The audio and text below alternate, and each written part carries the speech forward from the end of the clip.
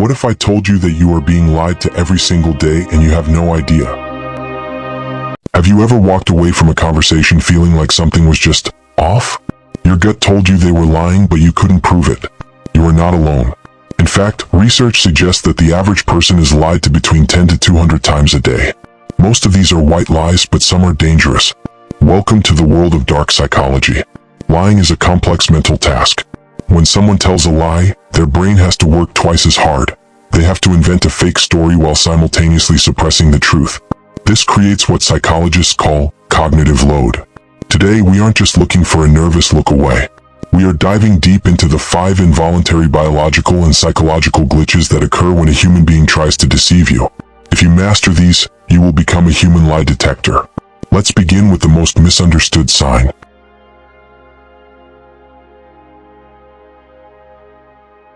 Watch for the predator's stare.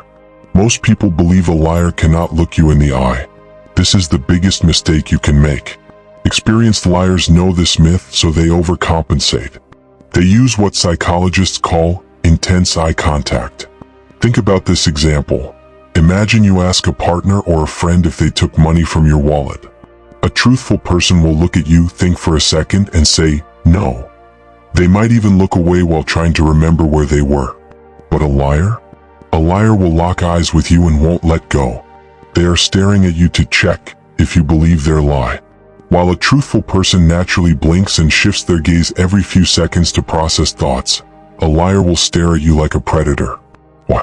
Because they are constantly monitoring your face to see if you are buying their story. Pay close attention to the blinking rate. Under stress, a person might stop blinking entirely while telling the lie, and then blink rapidly right after they finish. It is a biological release of tension. If someone is staring too hard, they aren't being honest. They are being manipulative. Next, we look at physical barriers. Subconsciously, a liar feels guilty or threatened by the person they are deceiving. Their body tries to protect itself from the attack of the truth. Here is a real-life scenario.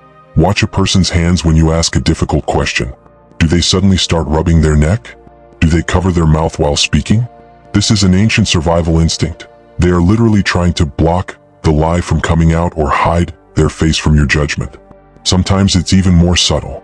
In a seated conversation, they might move a coffee cup, a laptop, or a bag between you and them. This is a psychological shield. They are creating a wall because they don't feel safe in their lie.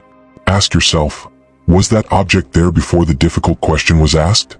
If the barrier appeared suddenly, the lie did too. They are literally trying to hide behind objects to avoid your gaze. How does a liar talk? Truthful people speak in economic sentences. They give you the facts because they have nothing to hide. Liars, however, use detail padding. They believe that the more details they give, the more believable they become. Let's look at an example. If you ask, "Where were you last night?" a truthful person says, "I was at the gym with Mark." Short and simple. A liar says, "Well, I decided to go to the gym around 6:30, but I had to find my blue sneakers first because they were under the bed, and then the traffic on 5th Street was crazy because of some construction, so I finally got there and saw my friend Mark, and we talked about his new car." Notice the noise? They are trying to build a wall of words to bury the lie. They also avoid using contractions. Instead of saying, "I didn't do it," a liar will often say, "I did not do it," to sound more convincing. They use formal language to distance themselves from the lie. Listen to the structure, not just the story. The 4th sign is the vocal betrayal. When we lie, we experience a fight or flight response. This causes a series of involuntary biological changes. The most obvious is the drying of the mouth and the tightening of the throat muscles. This causes the voice to go up in pitch. Imagine a high-stakes interrogation. When the suspect is asked about their alibi, their voice suddenly becomes thin and squeaky. It's because their vocal cords are literally tightening under the pressure of the lie. Another thing to watch for is clearing the throat or swallowing hard. Since the mouth goes dry when we are dishonest, the person will struggle to speak clearly. If their tone suddenly changes from deep to high-pitched, their vocal cords are literally betraying them. Finally, the most chilling sign, the statue effect. When a person is telling the truth, they move naturally. They shift their weight, they use hand gestures to emphasize points, and their body is relaxed. But a liar's brain is in system overload. It is using all its mental energy to manage the fake story, leaving no energy for natural body movement. They become unnaturally still.